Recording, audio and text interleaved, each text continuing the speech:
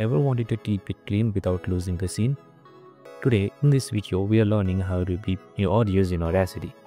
It's pretty simple, so let's get right into it. First up, open Audacity and import your audio. Once that's done, go ahead and drag and select the part that you want to beep. For me, let's say it's right here. Now, go to generate and you can see options like chirp, tones, noise, block, and etc.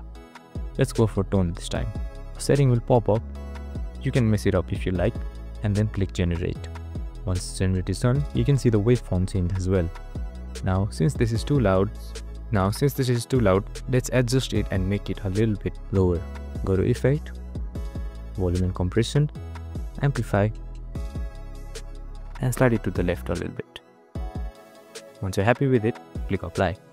There you have it. Let's preview it. Just like that, it's done. I hope this video helped. If it did, make sure to like, subscribe and follow us for more related videos. See you in the next one.